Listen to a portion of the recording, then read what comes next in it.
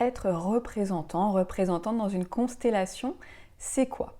Eh bien déjà, ça va être dans le cadre d'une constellation en groupe, généralement en présence, et ça veut dire que une personne va être constellée, va poser son sujet de constellation, et peut-être que toi, donc si tu participes à ce groupe, eh bien le ou la guide de constellation va venir te chercher et te demander si tu veux bien représenter, c'est-à-dire prendre entre guillemets le rôle, même si ce n'est pas du tout du théâtre, puisque au fond ça veut dire vraiment canaliser les informations à propos d'une personne, à propos aussi peut-être d'un concept dans le cadre de cette constellation-là.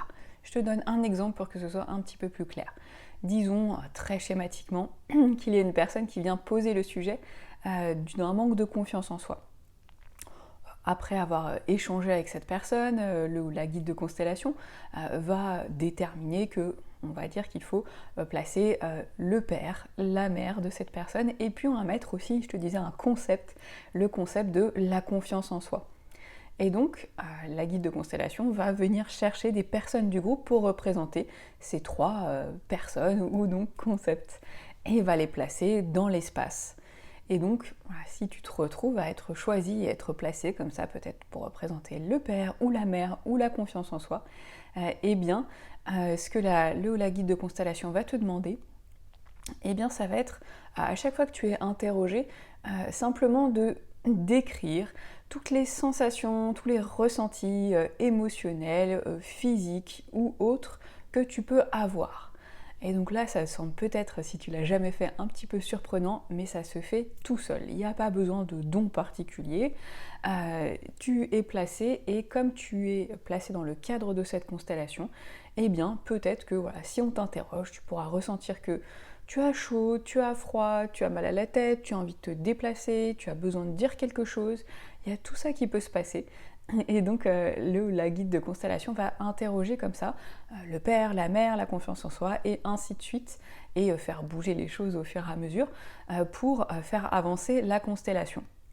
Donc voilà ce qui va se passer. Je trouve que c'est une expérience qui est très enrichissante d'être représentant ou représentante dans une constellation pour trois raisons. Déjà, ça aide à développer son intuition au fur et à mesure qu'on le fait. Ensuite, ça permet en fait de percevoir le monde au travers de l'expérience de quelqu'un d'autre.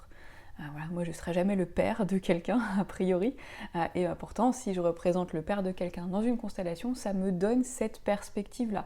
Et puis de ce père-là, il y en a plein de sortes bien entendu.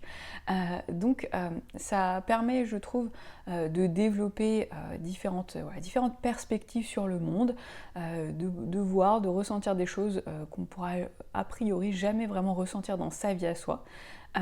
Et puis également à développer peut-être plus d'empathie aussi envers les autres, de compréhension selon leurs circonstances, sans excuser tout et n'importe quoi bien entendu, mais aussi du coup à développer plus de lâcher prise, un peu plus facilement. Et puis également, ça permet, je trouve, d'avoir peut-être certaines résonances dans sa vie, parce que quand on est placé dans une constellation en tant que représentante de telle ou telle personne ou concept, et bien souvent c'est pas un hasard total. Il peut y avoir une résonance dans sa vie à soi et donc être enrichissant. Peut-être que moi, si je me retrouve à représenter le père, eh bien ça va me rappeler quelque chose dans le lien et faire résonner quelque chose dans le lien avec mon père, ou alors dans la manière dont moi j'interagis avec les autres, ou ça peut être encore plein d'autres choses différentes. Mais donc c'est une expérience vraiment très riche, très complète. Si jamais tu as envie de consteller ensemble, eh bien tu peux aller voir sur mon site internet melissarivet.com.